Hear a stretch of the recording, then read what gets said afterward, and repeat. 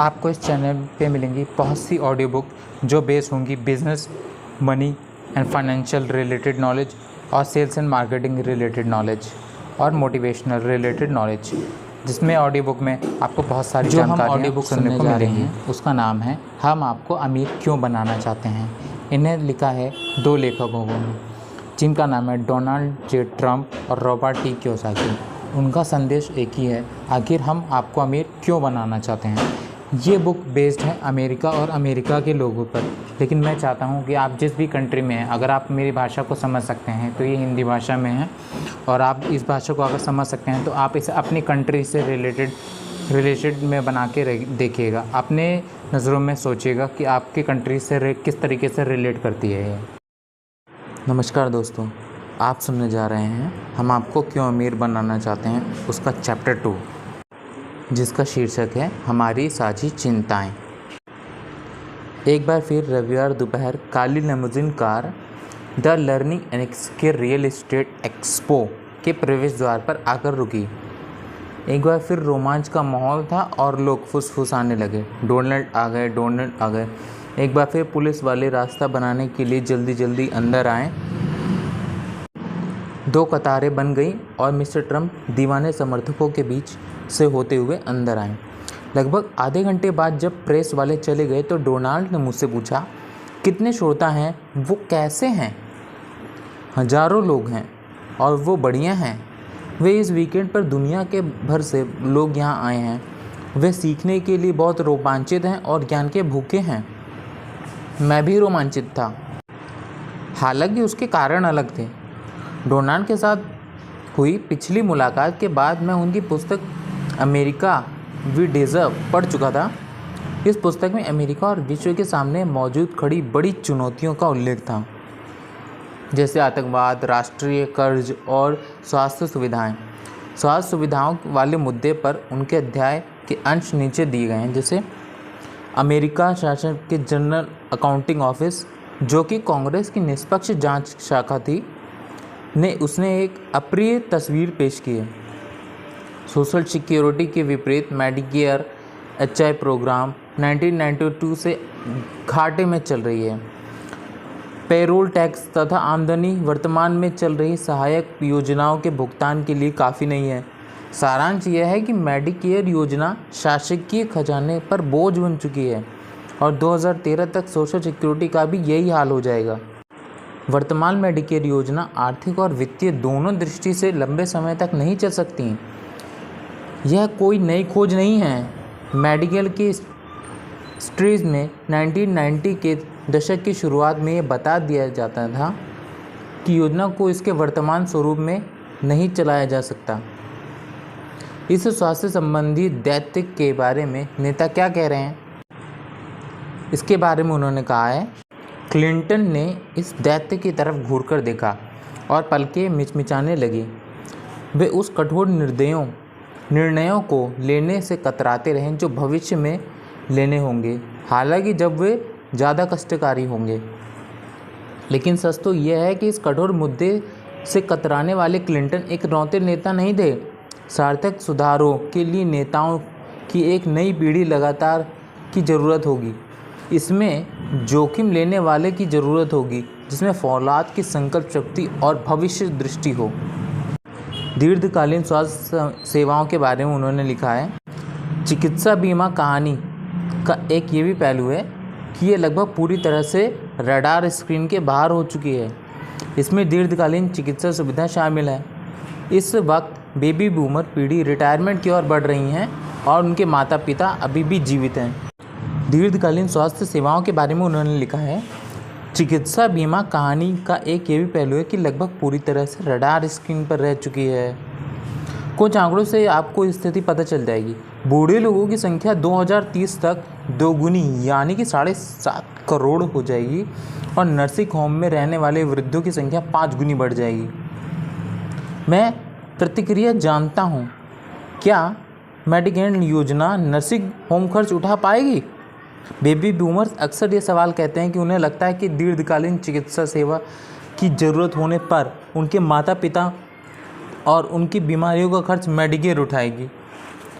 जवाब यह है मेडिकेड योजना दीर्घकालिक चिकित्सा सहायता के लिए बनी ही नहीं है, और जैसा सीनेटर और जॉन्स ब्रुक्स और रिप्रेजेंटेटिव विलियम्स थॉमस ने कहा है, दीर्घकालीन चिकित्सा की बढ़ती मांग मेडिकेड को दिवालियेपन की तरफ धकेल रही है। लगभग आधे अमेरिकियों को दीर्घकालिक चिकित्सा सेवा की ज़रूरत होगी, लेकिन उसमें से सिर्फ 1/4 ही निजी नर्सिंग होम सेवा का दीर्घकालीन खर्च उठा सकते हैं, जो कि प्रतिवर्ष $41,000 है। ये 1999 के डॉलर्स में है। सिर्फ 1% अमेरिकियों ने दीर्घकालीन चिकित्सा सेवा बीमा करवाया है। इसका मतलब साफ है, ज़्यादातर लोग मेडिकेड के भरोसे बैठे हुए हैं। वर्तमान परिस्थितियों को देखते हुए ये तय है कि आगे चलकर उन्हें भारी निराशा होगी। शुरुआत में थोड़ी मदद करने के बाद मेडिकेड हाथ खड़े कर देंगे। इसके बाद मरीज की जमा पूंजी खर्च होने लगेगी और वो गरीब हो जाएगा। अगर उसके माता पिता बीमार हो जाते हैं तो इसका मतलब यह है कि ज़िंदगी भर की जमा पूंजी उसकी चली जाएगी, और अक्सर इसका यह मतलब भी है कि दोनों में से जो ज़्यादा जिएगा वह गरीब ही जिएगा। इससे परिवारों पर बहुत ज़्यादा वित्तीय बोझ भी आ जाएगा। जो बेबी बूमर्स खुद की नाव पर दुनिया की सैर करना चाहते हैं, उसे अपनी मम्मी डैडी को किसी अच्छे अस्पताल में दाखिल रखने के लिए अपनी कार तक बेचनी पड़ सकेगी। जैसे कि मैं कह चुका हूँ कि डोनाल्ड के साथ मेरी पहली मुलाकात बाद में जान गया कि हम ये पुस्तक एक साथ क्यों लिख रहे हैं। लेकिन द अमेरिका वी डिज़र्व पढ़ने के बाद मेरे मन में कोई शक नहीं था कि हमारी साझी चिंताएं क्या थी, हम दोनों टीचर्स क्यों थे और हम लोगों को अमीर क्यों बनाना चाहते थे।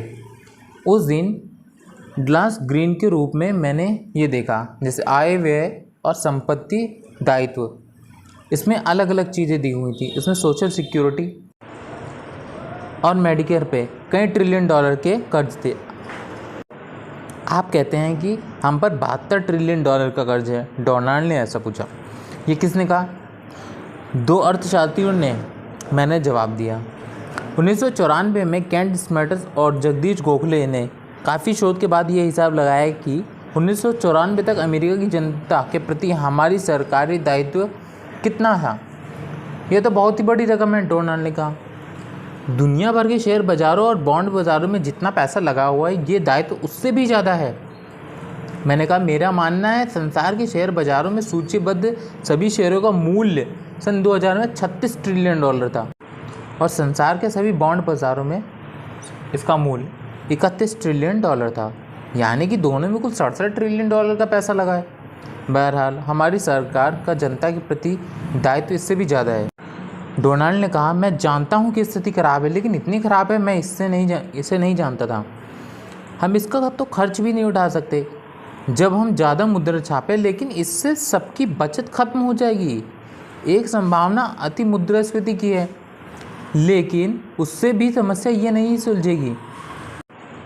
उससे न सिर्फ बचत खत्म हो जाएगी, बल्कि निश्चित आमदनी वाले लोग भी खत्म हो जाएंगे, डोनाल्ड ने कहा। और यह सिर्फ अमेरिका की समस्या नहीं है। हालांकि अमेरिका जनता अमेरिका की वित्तीय स्थिति के बारे में बात कर रहे हैं, लेकिन ये समस्या दुनिया भर से महसूस की जा रही है।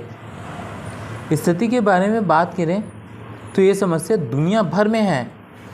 लोगों की उम्र बढ़ रही है और यूरोप को लेकर एशिया तक के नेता चिंतित हैं कि वे अपनी जनता की स्वास्थ्य सुविधाओं की और कल्याण पर पैसे के लिए खर्च कहाँ से उठा पाएंगे।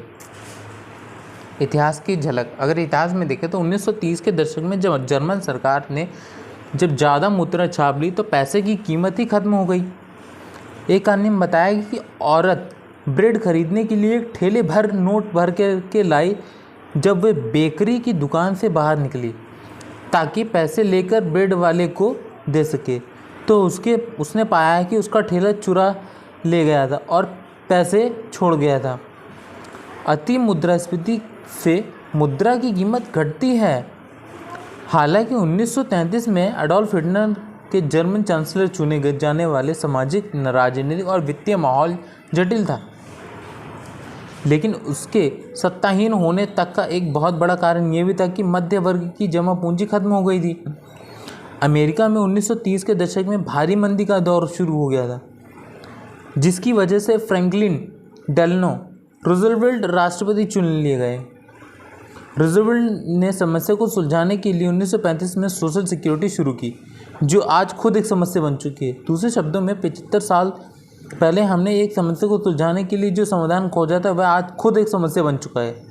दरअसल यह पहले से ज़्यादा बड़ी समस्या बन चुका है। हम असली समस्या को सुलझाने के बजाय सरकारी पैसे को समस्या सुलझाने के लिए कोशिश कर रहे हैं। समाधानों के तौर पर शुरू होने वाली अन्य सरकारी योजनाएं थी। मेडिकेयर और मेडिकेड आज से ज़्यादा बड़ी समस्याएं इसलिए बन चुकी हैं क्योंकि वे हम असली समस्या को सुलझाने में कामयाब नहीं हो पाए हैं। जर्मन सरकार की ही तरह राष्ट्रपति निक्सन ने भी 1971 में स्वर्ण मानदंड खत्म कर दिया। आज अमेरिकी डॉलर का मूल्य घट रहा है, बचत करने वाले की जमा पूंजी कम हो रही है और उनका रिटायरमेंट के लिए बहुत कम बचा है पैसा। उनकी मदद के लिए सिर्फ सोशल सिक्योरिटी और मेडिकेयर है जो खुद संकट में है। इतिहास खुद को दोहरा रहा है। फ़र्क सिर्फ इतना है कि इस बार समस्या बड़ी है। डोनाल्ड और हम किस बारे में चिंतित हैं? डोनाल्ड ने कहा, मुझे डर है कि हमारे देशवासियों के अधिकार की मानसिकता की जड़ें जमा चुकी हैं और मैं सिर्फ गरीब लोगों की बात नहीं कर रहा हूँ। राष्ट्रपति और सीनेटर्स सहित बहुत से लोग सरकार की पेंशन की उम्मीद करते हैं। मैं सचमुच कहता हूँ कि हम उनकी समस्याओं को सुलझाने का खर्च नहीं सहन कर सकते, लेकिन ऐसा करने पर देश दिवालिया हो जाएगा। हम अमीरों से ज़्यादा खर्च उठाने के लिए कह सकते हैं, लेकिन क्या उससे समस्या सुलझेगी? और अगर सुलझ भी जाए तो कितने समय तक सुलझेगी?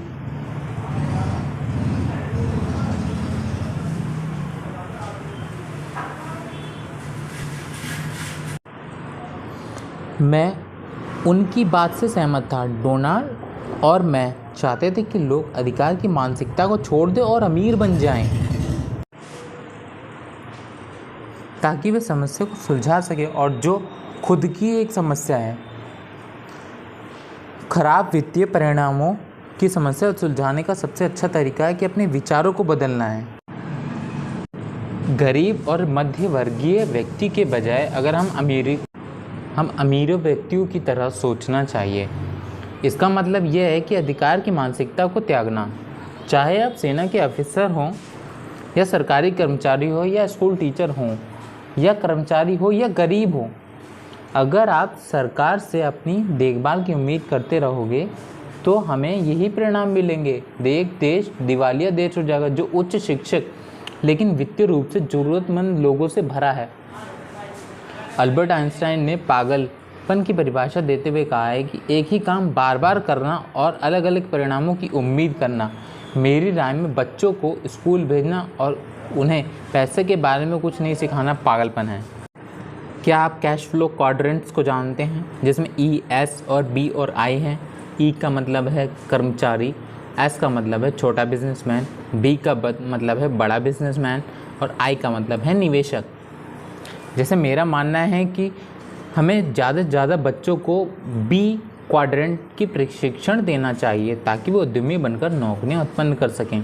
मेरा ये मानना है कि हमें सभी बच्चों को आई क्वाड्रेंट में निवेश करने की प्रशिक्षण देना चाहिए।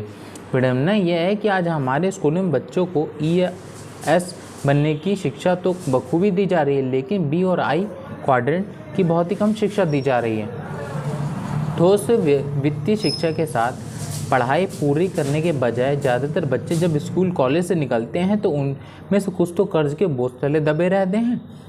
उनकी मानसिकता कड़ी मेहनत करने, बचत करने, कर्ज उतारने, लंबे समय तक निवेश करने और डाइवर्सिफाई करने की होती है। वॉरेन बफेट ने डाइवर्सिफिकेशन के बारे में कहा है, डाइवर्सिफिकेशन अज्ञान का कवच है। अगर आप जानते हैं कि आप क्या कर रहे हैं तो डाइवर्सिफिकेशन में बहुत कम समझदारी है। अमीर बनने की एक कुंजी यह है कि आपको यह पता होना चाहिए कि आप क्या कर रहे हैं। दोबारा मंच पर आए 15 मिनट बिल जेंगर ने डोनाल्ड से कहा।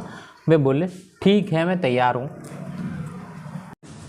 जब हम मंच की तरफ बढ़े तो डोनाल्ड ने कहा, हम लोगों को इसलिए अमीर बनाना चाहते हैं ताकि वे अपनी वित्तीय समस्याएं सुलझा सकें। ज़्यादातर लोग शेयर बाजार, सरकार या पेंशन से अपनी समस्या सुलझाने की आस में लगे बैठे हैं। मैंने कहा, शुरुआत के लिए ये जगह अच्छी है। हम अमीर कैसे बने, इसके बजाय हम लोगों को ये बताना होगा कि हम अमीर क्यों बने और हमें लोगों को ये भी बताना होगा कि काफ़ी अमीर होने के बावजूद हम अब भी काम क्यों करते हैं। हम उनसे कहेंगे कि सरकार से मदद की उम्मीद करने के बजाय वे अपनी क्यों ज्ञानी कारण खुद खोजें। इस तरह हम समस्या को सुलझाने में योगदान दे सकते हैं।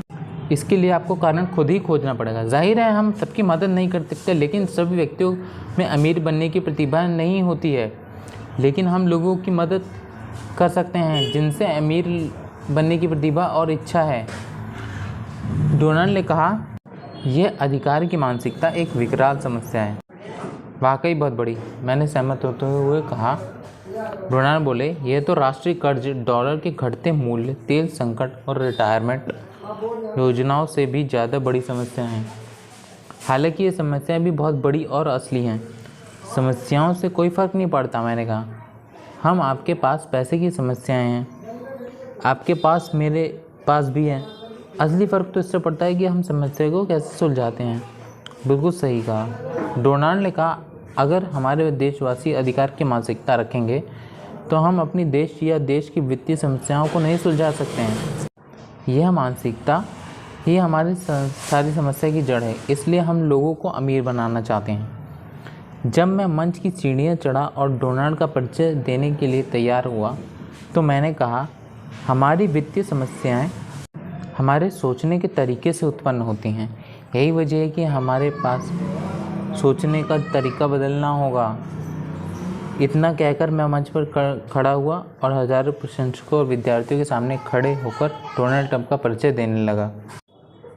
डोनाल्ड का दृष्टिकोण। हम पुरातन चिंतन से वर्तमान वित्तीय संकट को नहीं सुलझा सकते। मैं इस बात से सहमत हूँ। अधिकार की मानसिकता हर जगह है। दरअसल ये हमारी अवस्था में नहीं, महामारी की तरह फैल चुका है। मुझे लगता है कि सभी भीड़ चिंतन का मतलब जानते होंगे कि भीड़ की मानसिकता है जो लोग सर्वश्रेष्ठ हैं और निकृष्टतम स्वरूप को उभारती है। सर्वश्रेष्ठ से मेरा मतलब है कि एक गडरिया प्रकट हो जाएगा और भीड़ को सही राह दिखाएगा। लेकिन इस बात की संभावना कम है कि आमतौर पर भेड़िए पहले आएंगे आगे और भेड़ों की रेवड़ में पीछे चलने के लिए तैयार हो जाते हैं। हम चाहते हैं कि आप भेड़ों की रेवड़ का हिस्सा ना बने। हम चाहते हैं कि आप देखें, सुने, सोचें, ये करने में सक्षम बने ताकि आप भेड़चाल से अलग हो सके। जो लोग खुद के बारे में सोचते हैं वे भेड़ों की रेवड़ का हिस्सा कभी नहीं बनते। भेड़ चिंतन लोगों को वित्तीय रूप से आत्मनिर्भर नहीं बनने देता। इसके चलते वो खुद ही एक नहीं सोच पाता, अंधों की तरह देखता है, पैसों के लिए सलाहकारों पर विश्वास कर लेता है। इससे मुझे एक कहानी याद आती है कि क्लियर चैनल पर अपने रेडियो प्रोग्राम में मैंने ऑब्जेक्ट ऑरेंज के बारे में बोलने का फैसला किया। यह है जी हाँ, क्लॉड और क्रिस्टो के गेट्स प्रोजेक्ट के बारे में नहीं है जो कि सेंट्रल पार्क में हुआ था। यह है डेट्रॉय मिशिगन में हुई एक घटना के बारे में है। डेट्रॉयट में खंडर मकानों की समस्या थी क्योंकि पिछले 50 सालों में शहर से लगभग 10 लाख लोग पलायन कर गए थे। शहर के चित्रकारों का एक समूह खंडर इमारतों को देखते देखते तंग आ गया था, इसलिए उन्होंने इसके बारे में अलग करने का फैसला किया। खंडर इमारतों की तरफ लोगों का ध्यान आकर्षित करने के लिए चित्रकारों ने रातों रात उसे भड़कीला नारंगी रंग पोत दिया। भड़कीले नारंगी रंग को अनदेखा नहीं करना मुश्किल है, इसलिए उन्होंने खंडरों को गिरा दिया जो इस काम का उद्देश्य था। चित्रकारों ने अपनी पहचान गोपनीय रखी। वे जानते थे कि उन पर आपराधिक मामला चलाया जा सकता है। यह भी उम्मीद है कि दूसरे सनकी भी इसी तरह का कोई काम करके समस्या सुलझाने में योगदान देंगे। यह लोगों द्वारा खुद पहल करने और परिणाम हासिल करने का बहुत बढ़िया उदाहरण है। चित्रकारों ने किसी के आगे और कुछ करने का इंतज़ार नहीं किया, इसके बजाय उन्होंने मामले को अपने हाथ में लिया। उनका तरीका अपारंपरिक था लेकिन बहुत कारगर था। अपारंपरिक चिंतन स्पष्ट रूप से जिंदा है और अच्छी तरह काम कर रहा है। निश्चित रूप से डेट्रॉयट है। डेट्रॉयट में चित्रकार ही अकेले नहीं हैं जिन्हें अपने दिमाग का इस्तेमाल करने का अधिकार है। हम सभी को यह अधिकार है। हमें इसी तरह सोचना चाहिए, भले ही हम किसी भी कहीं भी रहते हों, कुछ भी करते हों। मूर्ख दर्शक ना बने, धीरे धीरे आरामदेह दायरे में न डूबे। जैसा मैं कह चुका हूँ कि जीतने के लिए सबसे अच्छे तरीका है संघर्ष करना। हालांकि हम तथाकथित महाशक्ति बन चुके हैं, लेकिन हमें पुरानी प्रतिष्ठा के दम पर आराम करने के लिए प्रलोभन में नहीं फंसना चाहिए। यह पतन का पहला संकेत है। हमारे सामने कुछ चुनौतियाँ हैं और यह सबके अच्छा रहेगा कि हम उसके बारे में जागरूक रहें, भीड़ चिंतन की जाल में नहीं फंसें। ये हमारी जहाज़ डुबा जाएगा। आज लोगों को सोचने के तरीके के बारे में जितना ज़रूरत हो सोचना चाहिए, उतनी पहले कभी नहीं थी। अपने वित्तीय स्थिति और भविष्य के बारे में सोचने के तरीके को हमें बदलना होगा। रोबोट इसमें ये चाहते हैं कि आप अपने चिंतन का विस्तार करें। हम सभी डेकार्ट की बुद्धिमानी से लाभ उठाएं। मैं सोचता हूँ इसलिए मैं हूँ। ये रही दोस्तों अब तक की कड़ी, और इसके आगे की कड़ी सुनने के लिए आपको करना पड़ेगा थोड़ा सा इंतज़ार, और ये आपको मिलेगी नेक्स्ट टाइम में या इसके नेक्स्ट एपिसोड में। बताइएगा दोस्तों ये ऑडियो बुक आपको सुनने में कैसी लगी। ये एक पहली ऑडियो बुक की शुरुआत है। अगर आपको अच्छी लगी तो इसे लाइक कीजिए, सब्सक्राइब कीजिए। अगर आपको ख़रीदनी हो दोस्त तो इसके नीचे एक ख़रीदने का एक लिंक करने का दिया गया है, उसे आप क्लिक करके इस पर अमेज़न पे बाय कर सकते हैं। इस पर ये एक एफिलिएट लिंक है जिसे ख़रीदने पे कुछ कमीशन से मिलती हैं, और इस कमीशन के कारण मैं आपके लिए एक अच्छी बुकें आपके लिए रिकॉर्ड कर पाऊँगा। थैंक यू दोस्तों इस चैनल को प्रमोट करने के लिए भी। ओके।